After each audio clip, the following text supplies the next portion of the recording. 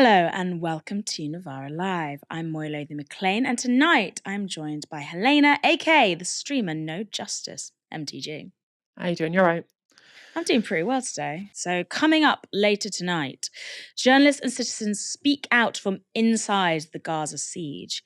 There's also reports of medics who are being, quote, intentionally targeted by Israel, and Labour's Emily Thornberry refuses to condemn the potential breaking of international law. Stay tuned for all of that.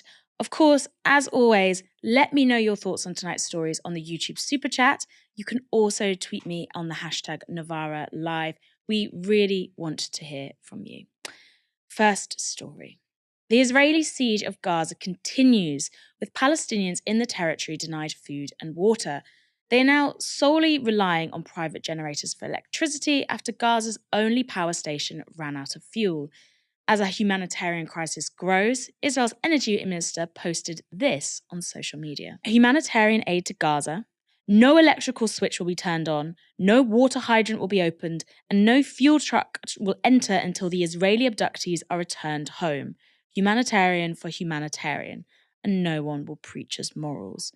I don't think that is what humanitarian means.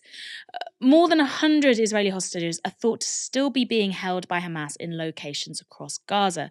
The group has threatened to start executions if civilian homes are bombed without warning. Of course, that's exactly what's happening.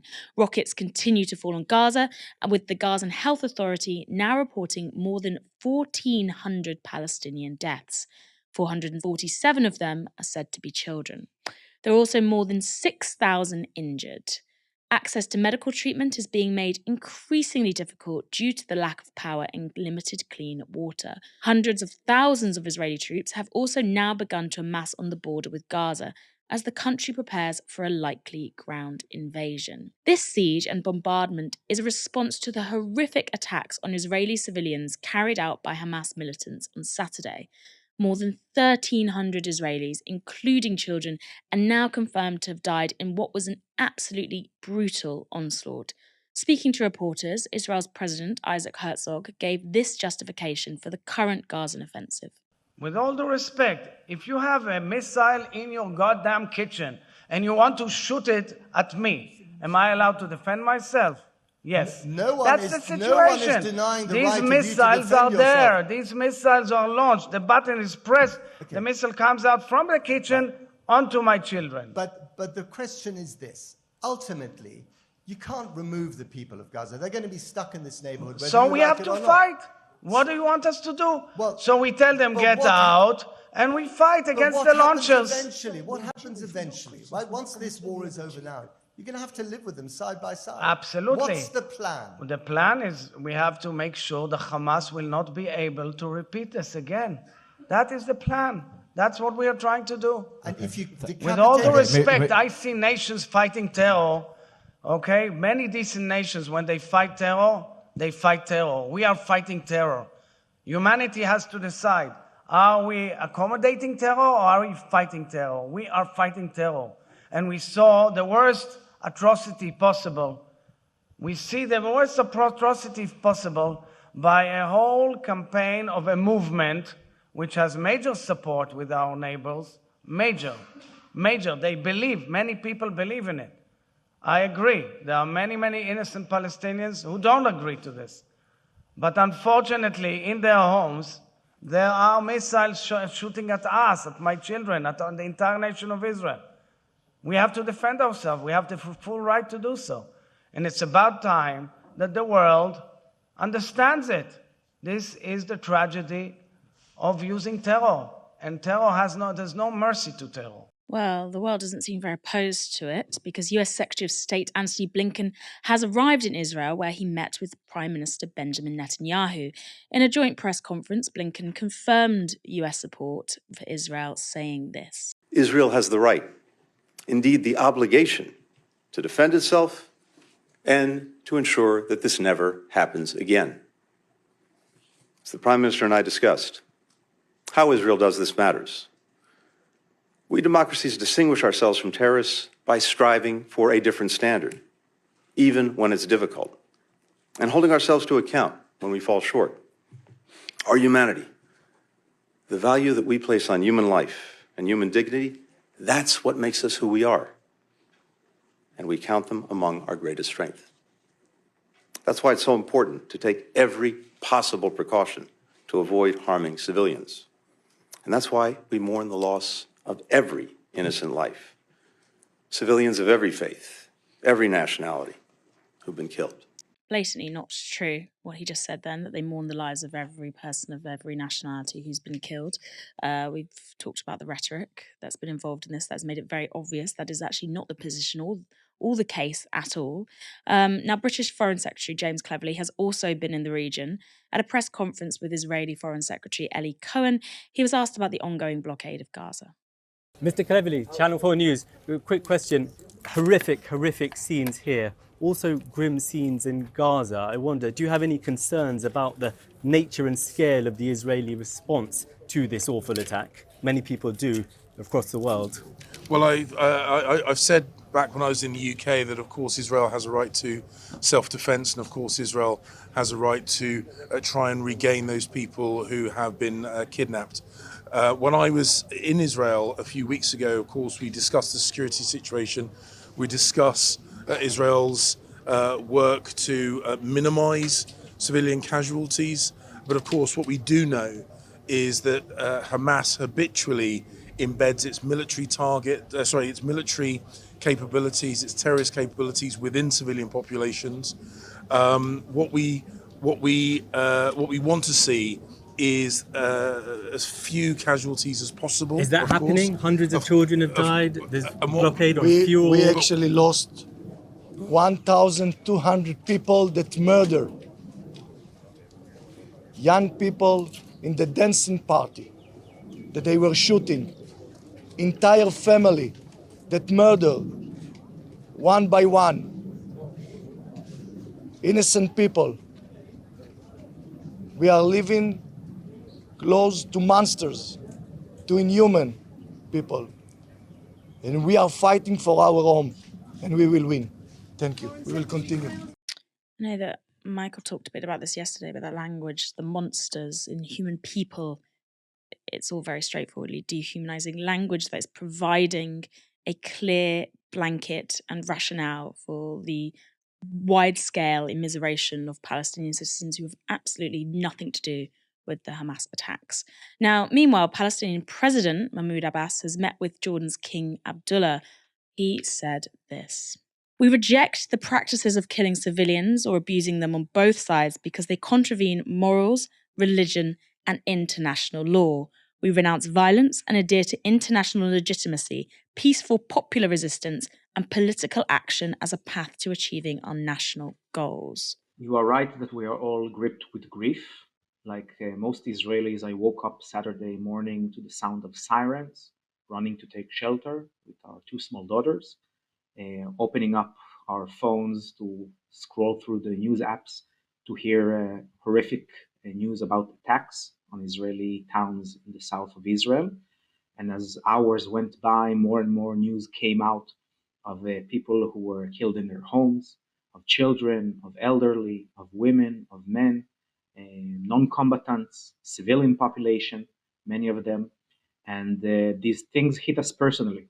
Israel is a small country, and almost everyone I know has someone in his near surroundings, a family member, a friend, a co-worker, a colleague who was involved personally, had some of his family members killed, or someone who's known killed or missing or abducted to Gaza. So it really hits Israeli civil population very powerfully in a very hurtful manner. And this grief that we are feeling for the loss that we had, for me, is compounded with the fear of what will happen in the coming days. We've already heard about hundreds of Gazans killed in Israeli warplanes striking the Gaza Strip. And knowing from the past, these escalations lead to more and more bloodshed of innocent people. So grief is compounded with fear, and we are expecting very difficult times ahead. Prominent Israeli voices and media have pretty strongly condemned Benjamin Netanyahu for his policy towards both Palestine, Gaza, and Hamas in the past. Is that reflective of a wider feeling? Many people have been critical of the policies of Netanyahu. Prominent Israeli ministers visited, for example, the funerals of citizens slain, found themselves being heckled and attacked by Israelis at these funerals who leveled accusations against them for their policies vis-a-vis the security of the Israeli population. And Netanyahu himself went on the record in 2019 talking about Hamas as an asset of Israel. He said to his Likud party members that if you want to bury the idea of a Palestinian state alongside Israel, you need to strengthen Hamas. And indeed, his government in the past few years have funneled millions of dollars, most of them from Qatar and other countries in the region, towards Hamas, thus propelling it into its political position in the Gaza Strip and in the Palestinian arena. So yes, there is a sentiment of accusation towards Netanyahu. There's a drop in his popularity, and many more people have become critical about his policies towards the Palestinians and towards Hamas in particular. What attitudes are emerging about the Israeli state response to Gaza, to, they say, Hamas? The bombings, the blockade, the potential ground invasion. You talked a bit about fear at one point. Is there support, opposition, division? The response of the Israeli government ministers has been mostly a hawkish one. Ministers spoke about collective punishment of the Gaza civil population, about cutting electricity and running water, something that has already happened, which is, of course, a war crime. It's against international law. And, of course, a heinous crime towards the families, the children in Gaza, who are now suffering not only the lack of basic resources, but also the bombing from the air, risking and taking many innocent lives. What we in the peace movement in Israel say, and it is a voice that resonates with some parts of the Israeli society, is that further escalation in Gaza, another round of bloodletting in Gaza, will not bring security to the Israeli population like previous rounds of bloodletting in 2014, in 2009. Every 2 or 3 years, another round of escalation initiated in the Gaza Strip, taking the lives of innocent Palestinians and Israelis, and this has not brought security to the Israeli population up until now, and this new round of bloodletting will not bring a change to that effect. The only way to guarantee the security of the people in the region is through negotiation, through ceasefire, and through a peaceful solution based on UN resolution that will end with ending the occupation and establishing a Palestinian state alongside Israel. True, it remains a long-term prospect as our region further goes towards a path of violence, but it still remains the only prospect of a way out, because we know that there can't be a military solution to a political conflict. And the current situation is such that the government, or the Israeli government, is pushing for a military so-called solution, and it is for us, the Israeli peace movement, the anti-occupation activists, to raise our voices inside our own society, to build public opinion in opposition to that, and to make the demand made that security for us cannot mean another round of war like we had in the past. As you say, this is a really critical time to make those arguments, to argue for that de-escalation, to argue for the end of the occupation. How much do you think the peace movement will cut through? You talked about the anger that is felt at Netanyahu, at the policies, at this idea that the occupation has actually not brought security, has instead brought bloodshed and violence. Is this a chance for those arguments to actually be heard at an even wider level in Israeli society? And do you think they will be? In May 2021, in the big previous round of escalation in the south, following the settlers' attack in Sheikh Jarrah in Jerusalem, the attacks on Al-Aqsa, the bombing in Gaza Strip, violence erupted within Israeli society itself, between Palestinian citizens of Israel and Jewish citizens of Israel, with racism reaching a peak. We in the Israeli peace movement are now organizing on the ground to anticipate such a dangerous development and to lay a civic infrastructure that would de-escalate such a situation before it erupts. In Tel Aviv, Yaffa, where I live, almost 3,000 people in both the Jewish and Palestinian residents have joined a Jewish-Arab Partnership Guard, a new ad hoc grassroots formation aimed at at de-escalating the situation in our city, standing against racist pronouncement by officials, and helping people organize around this cause of anti-racism. Hundreds, close to 500 residents of Tel Aviv have joined an emergency Zoom meeting to organize for that, and dozens of them have underwent training to prepare them for the coming few weeks, in which racist extremist elements will try to raise havoc in the streets, attack Arab residents simply for the fact that they are Arab, and bring the violence that the Israeli government so hardly wants to push forward, to bring it into Israeli cities.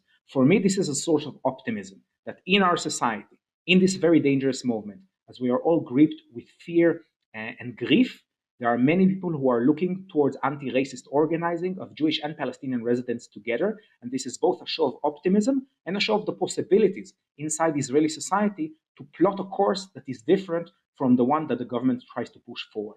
Naturally, in times of war, the government beats the drums of war, mainstream media follows through,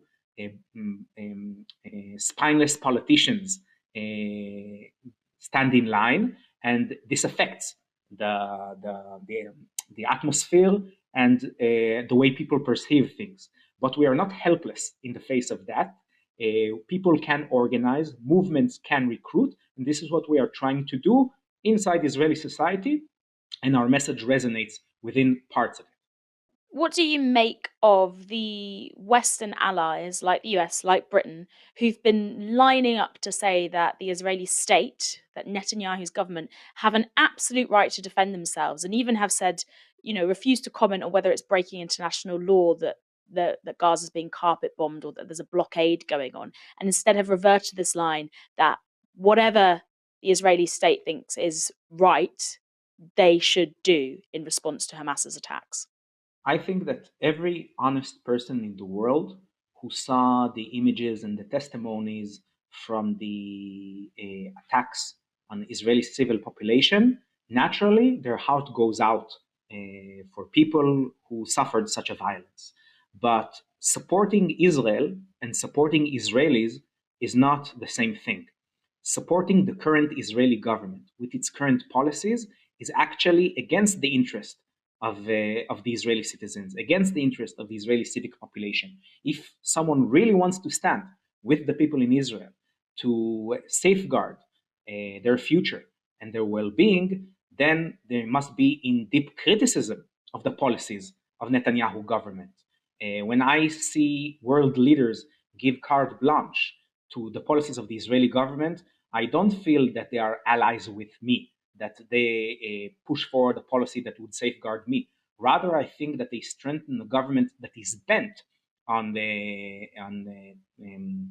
setting up the region in flames, jeopardizing me and my security and my family. I think solidarity with the people in Israel means harsh criticism towards the Israeli government, like I think solidarity with the Palestinian people in the occupied territories must also mean strong condemnation of Hamas militants who soiled the just cause of Palestinian freedom and independence with heinous crimes against Israeli civil population. Do you see a path forward to de-escalation at this moment? And what would it take if governments from around the world are egging on the Israeli state? Like you said correctly, many governments throughout the world embrace Netanyahu and Netanyahu's policies. Therefore, when I try to see a way forward, I don't look upon governments, I look upon people. I look upon the people in my own society, the Israeli society, that we organized for them to be in opposition to the hawkish policies of our own government. And I look for the people around the world, for the people in the UK, for the people in Europe, for the people throughout the world, for the peace and solidarity movement that we see as our partners. And we want them to be in support with us, the Palestinians and the Israelis whose lives are being jeopardized, and to do so by being critical towards the policies of Netanyahu and his government, by raising our voices high against them beating the drums of war, them bombing Gaza, them placing the Gaza Strip under an illegal siege, but to also be very honest and to turn also a blaming finger towards the Hamas leadership in the Gaza Strip that by attacking indiscriminately Israelis without regard of who holds arms and who is not, who is a citizen and who is a soldier, by attacking also families and children and the elderly, had given a great deal of international backing and support to the Israeli government to launch its recent escalation. So the solidarity of the people throughout the world for Palestinians and Israelis need not go to the official Israeli government and leadership, nor to the Palestinian leadership, but to regular people who live regular lives and whose lives are now being jeopardized by politicians who look beyond our daily interests. Just want to take a moment to say thank you to each and every one of you who's taken the time to go to novaramedia.com/support to back our journalism. We're now a fifth of the way to reaching our end of year fundraising goal. And we're working really, really hard to bring you the coverage that mainstream media just totally fails to provide. So if you can, please consider making a donation via our website to help us get ready for 2024. We rely on your support to fund our work, and that can be from as little as £1 a month. It can be an hour's wage. It could be a one-off donation. Either way, thank you very, very much. Israel may have placed Gaza under siege, but that hasn't stopped information from inside the Palestinian territory getting out. Journalists and citizens inside Gaza have been posting first-hand accounts of life under Israeli attack, as well as pleas to the international community for assistance.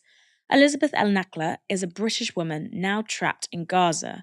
She also happens to be the mother-in-law of Scottish First Minister Humza Yousaf.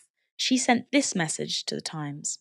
I'm currently in Deribala with my husband's family, my grandchildren. We've no electricity, we've no water. The food we do have, which is little, will not last because there's no electric and it will spoil. I have 4 grandchildren in this home, a 2-month-old baby, a 4-year-old, and today 2 9-year-old twins, their birthday. I ask the world to help the Palestinians.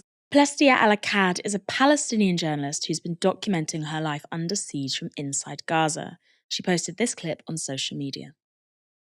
Okay, during war times, all the neighbors, they just leave their doors open, so you can just enter your neighbor's house, it's okay. For my neighbors, they didn't evacuate as well. They have their windows down. Here are their windows. And here is the family. They're gathering all together, also in a place far away from the window.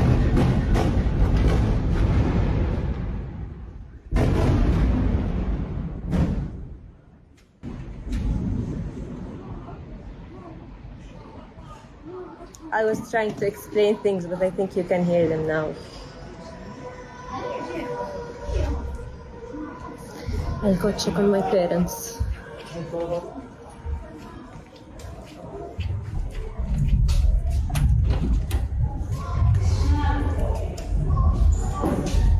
Now, we're inside the house right now, and literally we can't breathe.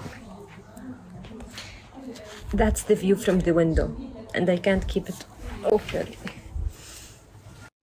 That's the view from the balcony. There is literally no view. You can't see anything. Al-Akkad also posted this compilation of footage of a day under bombardment. So it's around 12 p.m. right now. Still no electricity, no internet. My battery is at 2%. My parents are still asleep. So yeah, that's the update for now. I found really close to my house. That's my window right now. That's the view.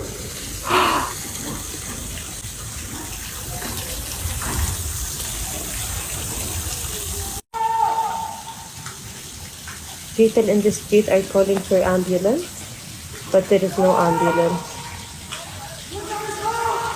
Here is the window. Yeah, and literally the whole window is down. We can hear the sound of airplanes. We're all gathering at our neighbor's house. No internet, no electricity until now. It's around 7 p.m. We literally don't know what's happening in the world. Here we're just listening to bombs. No one knows anything, literally. We're evacuating right now. هاي عمارتنا. احنا بالشارع. مش عارفة وين رايحين. حرفيا الصحراء مش شايفين اشي مش عارفين اشي. يلا.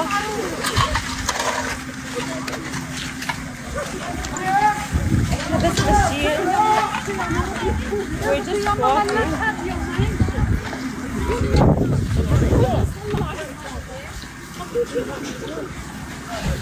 Our house is basically burning behind my back. This was Alakad's post from the 4th day of the siege. I'm trying to explain the situation, but I don't know what to say exactly.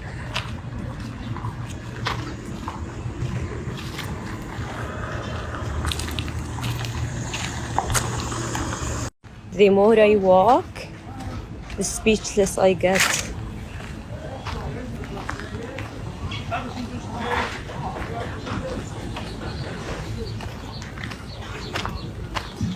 Okay, so here is my building.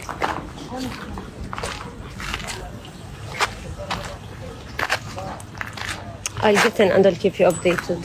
It's really dark because there is no electricity, of course, and the smell is really bad. It's important to clarify that my house wasn't completely bombed, or it didn't completely caught a fire. Like, it can be fixed. And right now I'm at my neighbor's house. They're not in their house, and their house is still like that.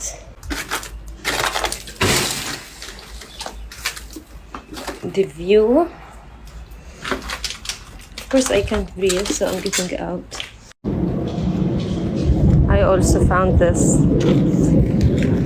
I thought maybe it's the evil eye, so I took it. You know, I used to thought my grandparents were exaggerating when talking about Nakba 1948, but 2023, we're literally living it right now. We're walking to the hospital. Helena, you know the power of the internet in being able to give a platform to people providing alternative perspectives. What will happen if the blackout finally silences these voices coming out of Gaza? The thing with these kind of conflicts is that we tend to look at them continually through the prism of geopolitics, right? The prism of the causes of why the war was happening, or for the overall solutions to actually ending the crisis itself. But one thing that can get lost is the real effects on real people, right? And this is what, in the age of direct communication, as you mentioned with the internet age of getting this information out, we suddenly have a much more close up and much more direct contact with the genuine, real human cost of these kind of conflicts. We saw it with the war in Ukraine, with images coming out of the eastern oblasts in Ukraine and the results of the shelling of places like Mariupol and what happened to people in Bucha and Kupiansk and places like that. So we really have, for the first time in quite a while, had real direct communication with people on the ground who we do see the real effects of conflicts like these. Obviously, we have correctly and justly seen the direct effect of those who were under attack by militants in Israel, in the kibbutzim, in the Negev, and in the cities surrounding the Gaza Strip, because their humanity is obviously incredibly important. But unless people also see the other side in Gaza, they can be complicity in the dehumanization that we have seen from certain commentators and from certain political actors as well. And it helps us fight against that the public completely insulated from reality of what certain political and geopolitical actions are taken in response. Whether you can see the difference between the shelling or a ground invasion. Unless you have people on the ground telling you the impact of these things, it's very easy to be able to remove yourself from it and to be able to compartmentalize the effects of something that can be very simple to explain, but very difficult to understand. Israel's bombing campaign in Palestine continues. Gaza's health ministry is reporting at least 1,200 people have been killed, with 5,600 people wounded at last count. And those numbers are only increasing. The total blockade that Gaza is under means that hospitals have no power, no clean water, and shortage of everything from bandages to life-saving medication. Despite this, healthcare workers are continuing to battle through the constant shelling to reach the injured and dying, but they themselves are facing extreme peril. Doctors Without Borders, aka Médecins Sans Frontières, say 16 medical personnel have been killed in Gaza since Saturday. In addition, 18 ambulances have been destroyed and 8 medical facilities damaged. Humanitarian organisations working in the area say that this is probably no accident. They believe medical workers are being deliberately targeted by Israeli forces. Of course, this is a war crime. Palestine Red Crescent Society is an aid organisation currently fielding health workers in Gaza. 4 PRCS paramedics were killed in 2 separate incidents on Wednesday. These 3 men are called Yassi al-Masi, Khalil al-Sharif, and Ahmad Daman. They were all killed when their PRCS ambulance was hit by an Israeli airstrike in northern Gaza. This is Hatem Awad's. He was the 4th PRCS medic killed. PRCS Awad was given the, quote, green light by Israeli forces to go to a location in eastern Gaza. But once there, his ambulance was bombed and he was killed. PRCS have accused Israel of, quote, intentionally targeting these healthcare workers. In a statement, they said this: targeting medical personnel is a grave breach to international humanitarian law and humanity. PRCS demands accountability for this war crime, urging immediate investigation and justice for the victims. Now, this is by no means the first time Israeli forces have been accused of deliberately targeting healthcare workers in the occupied Palestinian territories. Novara Media published a report by Daisy Schofield in August 2023. It detailed attacks made on medical personnel in Palestinian territory. Interviewees said they'd had their ambulances come under fire, including having engines shot at to disable vehicles.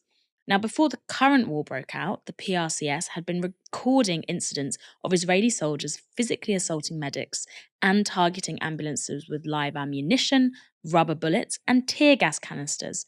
In total, across 2023, there were 193 incidents targeting healthcare staff and vehicles.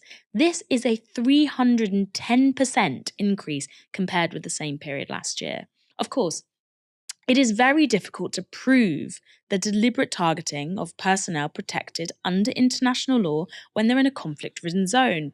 Bombs are dropping, bullets are flying. We saw this with the killing of Palestinian journalist Shireen Abu Akleh in the West Bank earlier this year. Multiple international investigations have now concluded she was deliberately targeted by Israeli snipers, but in the immediate aftermath, and still, Israel has denied this and repeatedly attempted to obscure the circumstances of Abu Akleh's death, arguing, among other excuses, that she was killed in crossfire. This has seemingly been disproved by several investigations. So, humanitarian organisation Medical Aid for Palestinians told Novara Media it is particularly difficult to get justice for healthcare workers killed in Gaza. They said this: MAP has been reporting on incidents of attacks on healthcare workers with our partners, including Al Mezan Center for Human Rights in Gaza, since 2014. Attacks on healthcare workers occur routinely and are rarely, if ever, investigated, and those responsible enjoy blanket impunity. These latest deadly attacks on health workers in Gaza illustrate a continuing and systematic disregard for international humanitarian law and the sanctity of health workers and facility. In addition to that, Gaza is facing a huge shortage of healthcare specialists in general. Mahmoud Shalabi is leading the emergency response in Gaza for MAP, and he exclusively told Novara Media this: Gaza has been facing a healthcare worker shortage since before this escalation started. In every assessment that Medical Aid for Palestinians has done for any medical subspeciality in the past 8 years, one of the main findings was that there were not enough subspecialists. I'm talking about doctors, nurses, physiotherapists, laboratory technicians, radiographers, The list continues. This is due to the political rift between Gaza and Ramallah, which has been caused mainly by the occupation. Staff working inside the hospitals are working longer shifts, and they are exhausted much of the time. In addition, they don't get enough salaries to begin with. The majority of them get between 40 to 60% of their salaries, so their morale is low. They are already fatigued, and the majority of them don't have alternative sources of income. One of the things that the Gazan Ministry of Health called on the fourth day of the aggression was that for anyone who held a nursing degree, even if they weren't employed, as long as they had passed the nursing exam, to please volunteer at the nearest hospital that is located near them. So yes, there is a huge shortage of doctors, nurses, and all the medical subspecialties. This is affecting the patients in Gaza badly. Helena, if this is yet another example of a war crime on Israel's part, one that has been ongoing potentially for years, why is the plight of healthcare workers so overlooked? There is obviously a long history of Western nations ignoring these kind of things when these are done by our geopolitical allies. I would like to draw attention, though, to one case in which this was brought up, actually. Specifically, the targeting of healthcare workers was brought up in the House of Commons. This was back in 2019, and the Shadow Foreign Secretary at the time was talking about an incident in which a medic who was called Tarek Lubani, a Canadian medic who was in Gaza at the time. This was during the protests in 2018 that were organised around the blockade. And this medical worker was tending to someone's wounds that he had looked at and seen that there were IDF snipers who were potentially aiming at the protesters at the time. And then when he'd gone down to help someone out, he'd been shot through both of his legs as a healthcare worker. The paramedic who came over to then treat his wounds was then shot by another IDF sniper just an hour later or later on that day. So this was covered in a 2019 UN report around the actions of the IDF in Gaza. And this particular report was brought up by the Foreign Secretary along with that same anecdote that I have just spoken about just then. And this was in response to the Conservative Party abstaining on a vote to recognise the contents of that United Nations report. Now, it is important to understand that there was a period in this nation's history where there was indeed a political party who was gravely concerned with the plight of Palestinians and to scrutinise even our own geopolitical allies when they do engage in war crimes. What I will say, though, is that Shadow Foreign Secretary in particular was Emily Thornberry, and I think she might be very relevant to our next story. Relevant indeed. That is a fascinating look at how politics is going to move on, which we will cover now. Now, we've already talked about Labour leader Keir Starmer's endorsement of Israel's right to blockade Gaza. He maintained this stance, even though the blockade is collective punishment, aka an established war crime prohibited by international law. Here's a reminder of what Starmer said on Nick Ferrari's LBC show earlier this week. I'm very clear. Israel does have that right to defend herself, and Hamas bears responsibility. A siege is appropriate? Cutting off power, cutting off water? Well, I think that Israel does have that right. It is an ongoing situation. Obviously, everything should be done within international law. Now, another member of Labour's cabinet has doubled down on support for this blockade, and it's Emily Thornberry, aka the Shadow Attorney General, who was the former Shadow Foreign Secretary who was pushing for a UN report on Palestine to be recognised. Now, Thornberry's changed her tack since because she was on Wednesday's edition of Newsnight and was asked by presenter Victoria Derbyshire whether the blockade was against international law. Here's what Emily Thornberry said. But I mean, I don't know. They've already cut off the food. I hear what you're saying, but what I'm saying is that against international law? It's really simple. Sir Keir Starmer doesn't seem to think it is. What is simple is that whatever actions are taken by a democracy, it has to be done in accordance with international law. And we have heard tonight from the President of the United States that he has been on the phone to Netanyahu, and both of them have agreed that democracies need to act in accordance with international law. Pause there, if I may. Do you think cutting off food, water and electricity is within international law? I think that Israel has an absolute right to defend itself against terrorism. That's not the question I asked. It is an answer to the question that you've asked, and I think it's an appropriate one at this time. Why won't you answer whether you think it's in line with international law or not? Because I've tried to answer, and I've tried to say that we've already heard from your previous guest about what might be happening on a day-to-day basis. So we're now on day 4. And so we hear that there are troops massing on the border. There may well be an incursion. Immediately before an incursion, then, as the permanent representative have said, that it might be appropriate in those circumstances for there to be the sort of action that we've heard about. And then the invasion afterwards. I don't know, because at the moment we're in the middle of a hot war, and Israel is in the middle of defending itself, and we have to stand with Israel, just like we would expect people to stand with us if we were the victims of terrorism as well. Painful to watch that round the Hanses ramble, which obviously is not an answer to Victoria Darbish's question of whether the blockade is against international humanitarian law, because that question requires a simple yes or no answer. And we already have one of those. In 2020, the UN's Special Rapporteur to the Palestinian occupied territories published a report on Israel's ongoing blockade. That report clearly stated that the blockade qualified as collective punishment and was, indeed, against international law. From the report, the extent of the devastating impact of Israel's collective punishment policy can be most strikingly seen in its ongoing 13-year-old closure of Gaza, which now suffers from a completely collapsed economy, devastated infrastructure, and a barely functioning social service system. While Israel's justification for imposing the closure on Gaza was to contain Hamas and ensure Israel's security, the actual impact of the closure has been the destruction of Gaza's economy, causing immeasurable suffering to its 2 million inhabitants.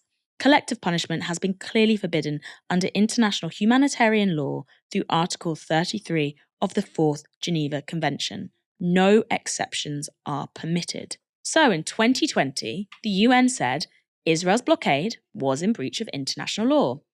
Now that blockade has been stepped up, so it hasn't de-escalated, it hasn't decreased, it has been stepped up. And yet, 2 former top human rights lawyers do not seem to be able to recognise that that might still violate the very legislation that, in the same breath, they say needs to be upheld during these hostilities.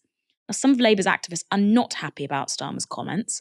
Ali Milani is a former Labour candidate and sits on the National Executive Committee of Labour Muslim Network. He spoke to LBC about Starmer's stance. It shouldn't take someone to be an expert in international law to know that the starving of 2.2 million people, half of whom are children, of water, of power, of food, power to hospitals, is inhumane and it's wrong. And I'm really sorry that my Labour leader was sat in a chair next to you and he endorsed this activity. Collective punishment under international law is a war crime. And so we were desperately disappointed. And the only thing I can think of is that my leader either misspoke, in which case he should apologize, retract his comments and clarify his position, or, and I'm really sorry to say this, he doesn't see the humanity in Palestinian lives. Labour Muslim Network have also released a statement calling for Starmer to retract his LBC comments and apologise. It reads, Sir Keir Starmer's comments on LBC today endorse plans for the collective punishment of 2.2 million people in the Gaza Strip. Collective punishment is a war crime. Cutting off power and water to hospitals and life-serving facilities is a war crime. No government, no army, and no country can ever be above international law. We ask you directly, Sir Keir, retract your comments, apologise to Palestinians, and meet urgently with Palestinian organisations in the UK, Labour Muslim Network, and the Muslim Council of Britain. Helena, if the UN can recognise the blockade as collective punishment, and, Shadow Foreign Secretary iteration of Emily Thornberry can, why can't current 2023 Shadow Attorney General Emily Thornberry and Sir Keir Starmer recognise it as collective punishment? The thing about Labour currently is you have to view everything through the lens of their driving message behind everything they do, their reasoning is about getting elected at all costs. And we've seen the level to which that they will let their morals, they will let their principles completely lie by the wayside in pursuit of that very specific goal of getting elected. And given the current media landscape we have, the current rhetoric we have around what the Labour Party is like, consistently they have been not just Obviously, we had the period in where there was the investigation over anti-Semitism within the party. People can have whatever opinions they want on that specifically, but there is obviously still, to this day, a level to which members of the Labour front bench will continually be asked, well, you were there. You were there trying to make Jeremy Corbyn Prime Minister at a time at which there was perceived anti-Semitism and recorded cases of anti-Semitism within the Labour Party as well.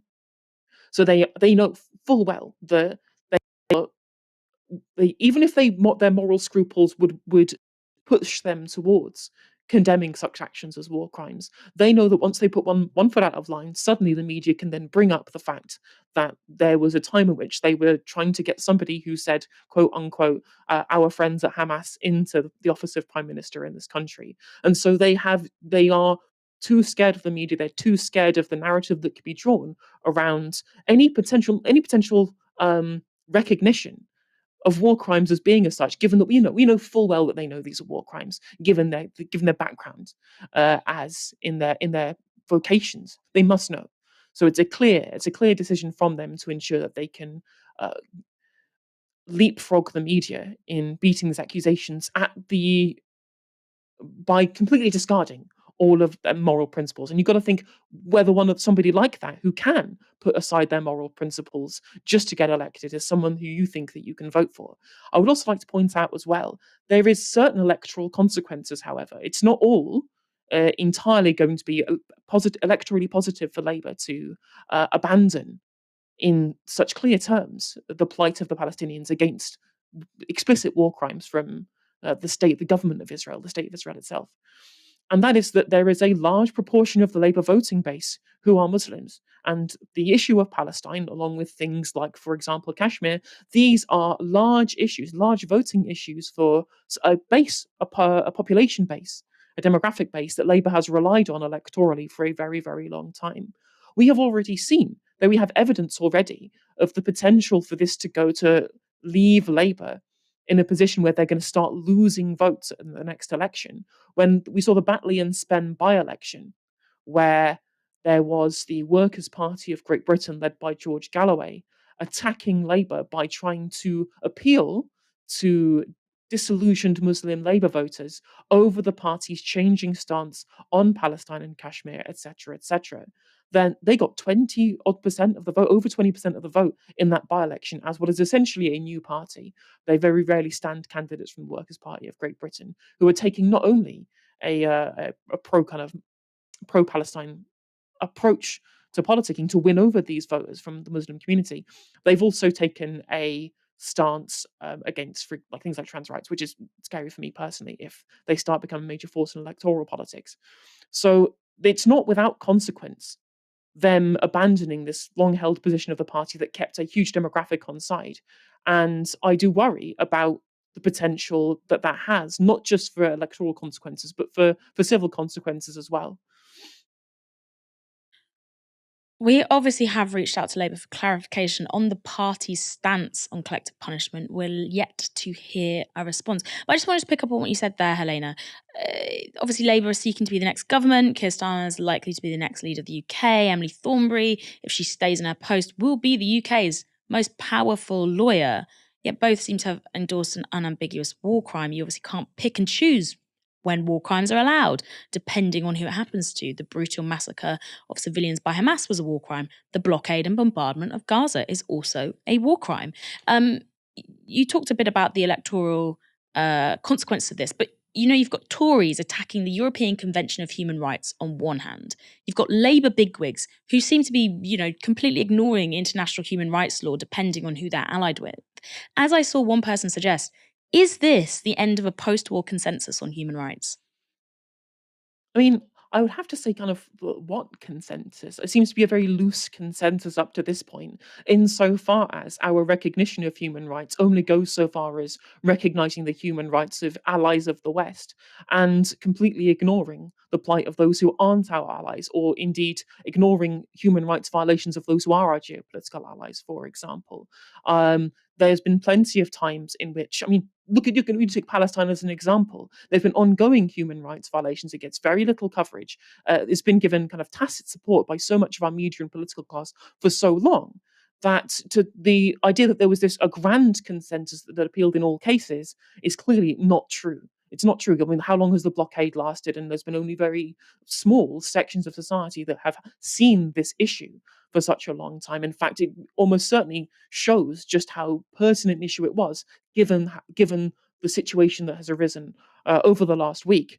Now, there are plenty of other issues in which we have been a little bit more happy to call out our allies. So you take, for example, Mozambique and Guantanamo. But then again, how many times were we also committing human rights violations insofar as the war on terror being used as a justification for these things being temporarily upended? As long as you can find a geopolitical cause in which it's necessary for these things to suddenly be given the green light to be ignored, there's always going to be even further ability for Western countries to be able to further that narrative. Our ally in the United States, for example, was very happy to give up people's human rights. And how many times was this called out by the UK government? Very, very little. We were selling weapons to Saudi Arabia and whilst they were violating the human rights of people during the war in Yemen.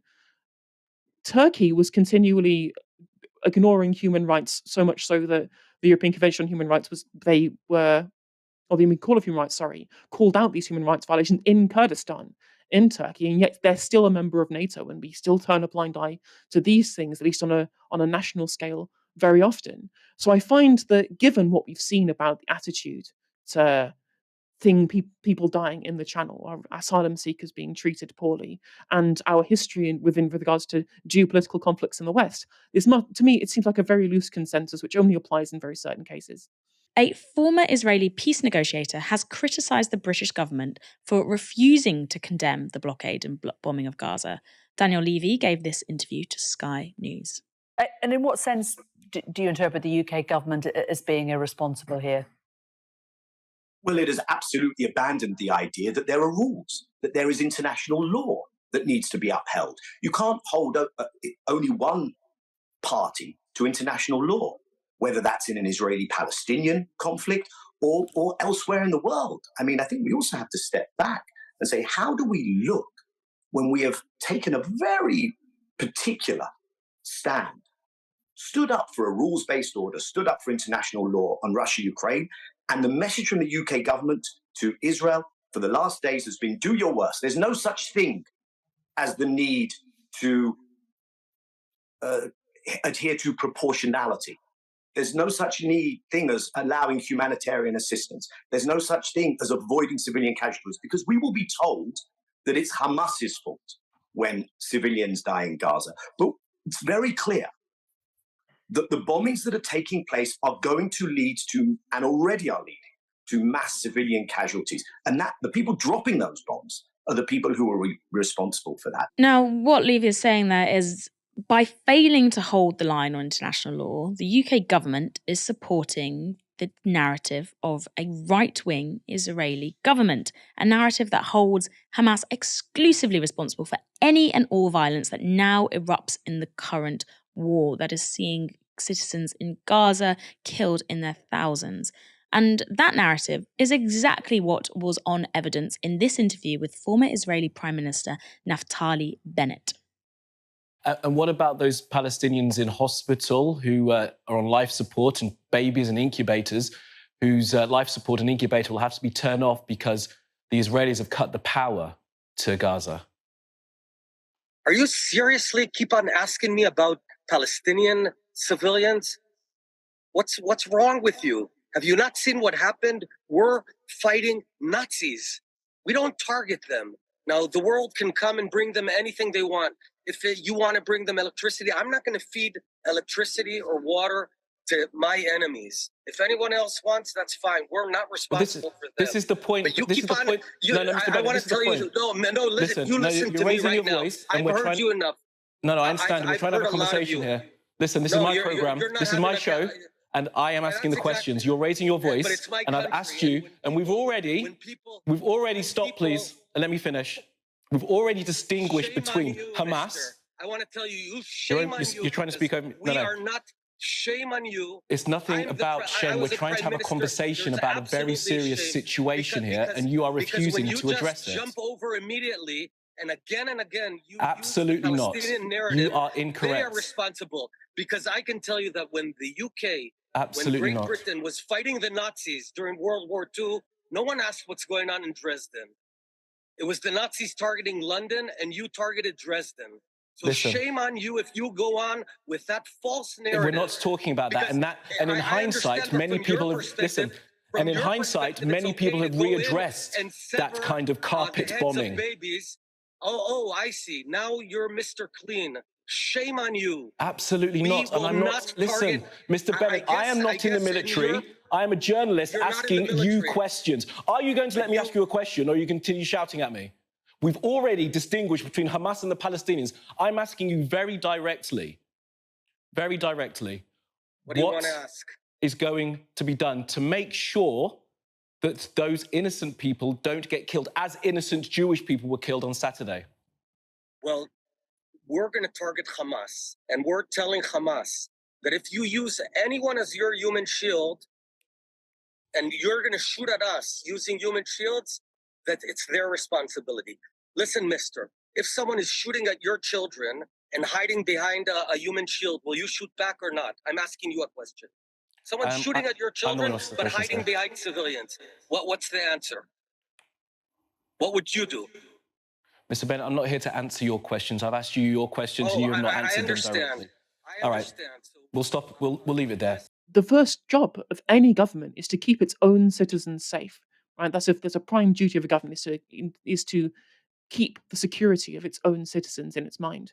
And that's a gigantic failure of the Likud administration to protect its own citizens through its expansion of settlements, for example, which has only heightened tensions that has led us to this point over the last few years or so. Now, what that means is that you lead to the point at which right-wing figures within the Israeli government or within the Israeli political scene, like Naftali Bennett, there needs to be a level to which that they can be able to wave away all criticism because it's in their political interests to do so, because they know that there is plenty of political opposition within their own populations to the actions of the government that have led to the position getting into this state in the first place. In that same survey, 56% of Israeli survey said that Netanyahu should resign as soon as the war is over. So there is clearly some blame being laid at the feet of the failure in government that's led to this position in the first place. None of these things are affecting Western media and political figures who are observing this, whereas the actual people on the ground in Israel know that the geopolitical strategy has very, very lasting effect, can have very, very traumatic and devastating effects if it is done incorrectly. And as we have discussed many times, or you on this channel have discussed many times, there are plenty of political and geopolitical failings in terms of policy from the Netanyahu administration that has heightened the tensions that's led to this point. And so people who live there, people who are going to be the ones who see the direct result of this political failure, are going to be the ones who are going to hold their own government to account in a way that there is no need for people within the West to want to undermine their own geopolitical allies in the way that that is not a concern as much for people who actually have to deal with the consequences of that failure. Just want to say a massive thank you, Helena, for joining me tonight and lending us your brilliant brain. It's not a problem at all. It's great to be here. Thank you. And thanks everyone so much for watching this evening. Come back tomorrow for another live stream from 6 p.m. We'll be bringing you all the day's top stories and sticking with coverage of this conflict. But for now, you have been watching Novara Media. Good night.